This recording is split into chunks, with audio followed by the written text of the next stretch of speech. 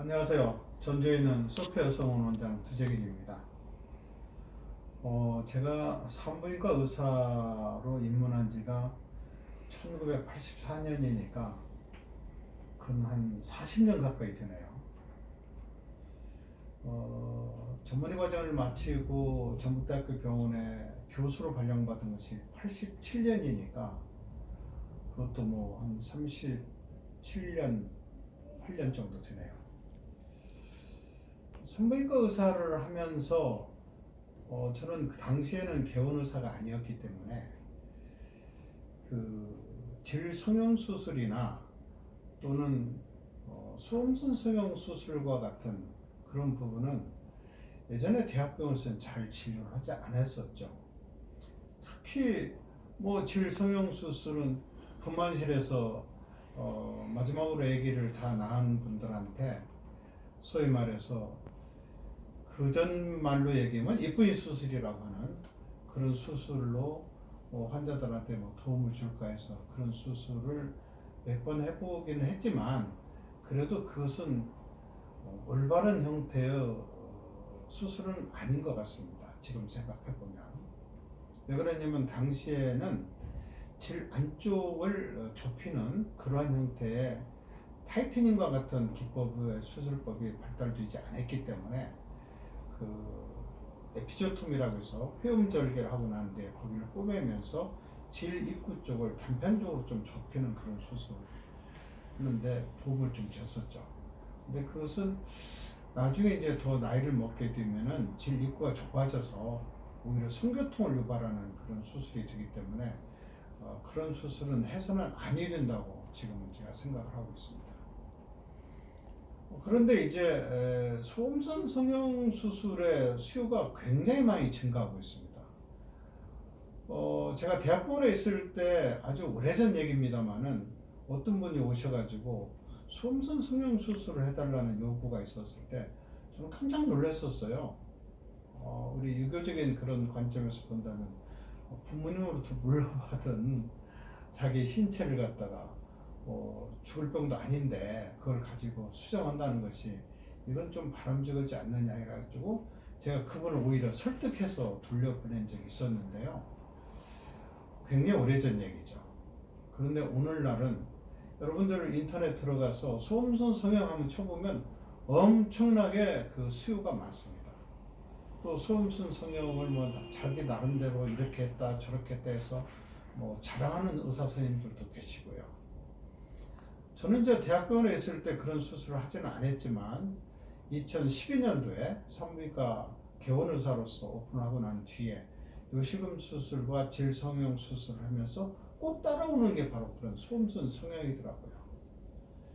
그 소음순 성형은 우리가 비유하자면 쌍꺼풀 수술이랑 비슷합니다. 쌍꺼풀 수술 두 가지 이유 때문에 하거든요. 하나는 이뻐지게 하려고, 또 하나는 불편하니까. 그래서 소음순 성형도 꽉 끼는 바지를 입는다든지 그랬을 때 그 소음순끼리 서로 부딪혀가지고 통증을 유발하는 사람들이 있습니다.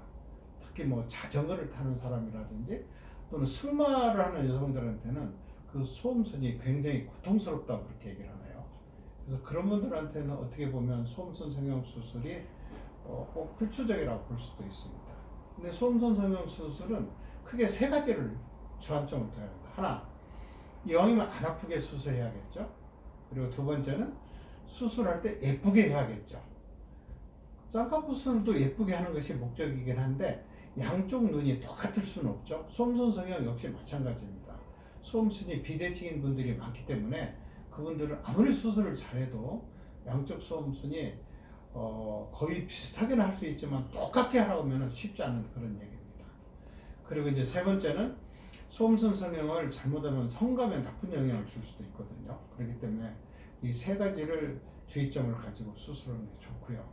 전에 이제 소음순 성형할 때 사용했던 그 수술 기구를 보면 모스키토라는 것과 그 다음에 뭐 샤켈리 뭐 그런 걸 가지고 그 비대되어 있는 소음순을 이렇게 재단하기 위해서 이렇게 잡고 그랬었는데 그런 수술 기구는 한 번에 길쭉한 소음선을 잡을 수가 없습니다. 이리 잡고 저리 잡고 하다 보면은 수술 후에 마치 톱니바퀴처럼 이렇게 타이어 자국처럼 삐뚤빼뚤하는 그런 흉터가 남을 수도 있습니다. 그래서 저희 병원은 이렇게 합니다. 1차적으로 안 아프게 하기 위해서 거기다가 마취 연고를 듬뿍 발라서 한 20분 정도 놔둡니다. 그러면은 1차 마취가 되거든요. 그 다음에 이제 두 번째는 거기에 이제 주사 마취를 합니다. 예전에는 뭐 이렇게 종이를 오려 붙이고 거기다 펜으로 이렇게 그었는데 주사 마취 이렇게 하면은 푹 부풀어 오르면서 그 라인이 깨져버려요. 그래서 정확한 디자인이 어렵습니다. 그래서 주사 마취를 한 다음에 이 기구를 가지고 그 디자인을 합니다. 어디서 어디까지 이렇게 제거해야겠다는 그런 걸로 이렇게 양쪽 손수를 이걸 이렇게 잡아가지고 한 30초 정도 잡아놓으면은 그리고 풀면 그게 자국이 쫙 생기거든요. 그 자국이 생긴 걸 고주파가 나오는 베살리우스는 더블 폴드 그 가위를 가지고 이렇게 지혈시키면서 제거하고 그 다음에 이제 레이저로 정교하게 깎아가지고 예쁘게 만들고 그 다음에 꼬매긴 하는데 설렁설렁 꼬매가지고 꽉 좀 매면 실밥 자국이 파고 들어가면서 흉터가 남거든요. 그래서 그 설렁설렁 꼬매서 한 2, 3일, 3, 4일만 되면 그 실밥이 저절로 빠져나오게끔 그렇게 꼬맵니다. 실은요 안 꼬매도 됩니다. 왜 그러냐면 잘만 그 제거해 놓으면 자기들끼리 조직이 서로 붙으면서 오히려 더 예쁘게 될 수도 있거든요. 그중 환자들은 불안하게 생각하기 때문에 그걸 이제 흡수되는 실, 즉 녹아서 없어지는 실, 즉 제거 안 해도 되는 실을 가지고 꾸며주고요. 또 소음순 성형을 하면서 음액 주변에 액세서리 소음순이라고 해서 쫙 올라가 있는 그런 소음순 줄기 같은 게 있거든요.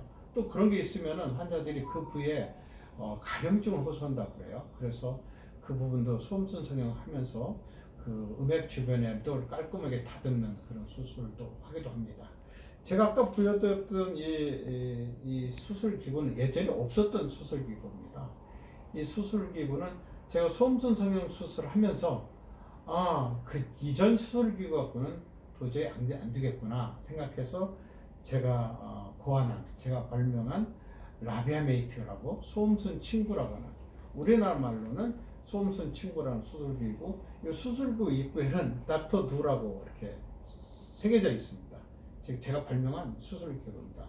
이 수술기구를 우리나라의 많은 선생님들이 구입해서 제가 개발한 그런 수술 방법으로 수술들을 많이 하고 있고, 제가 중국에 가서도 이제 소개했더니 중국 의사들도 이런 수술기구를 구입해서 수술을 하기도 합니다.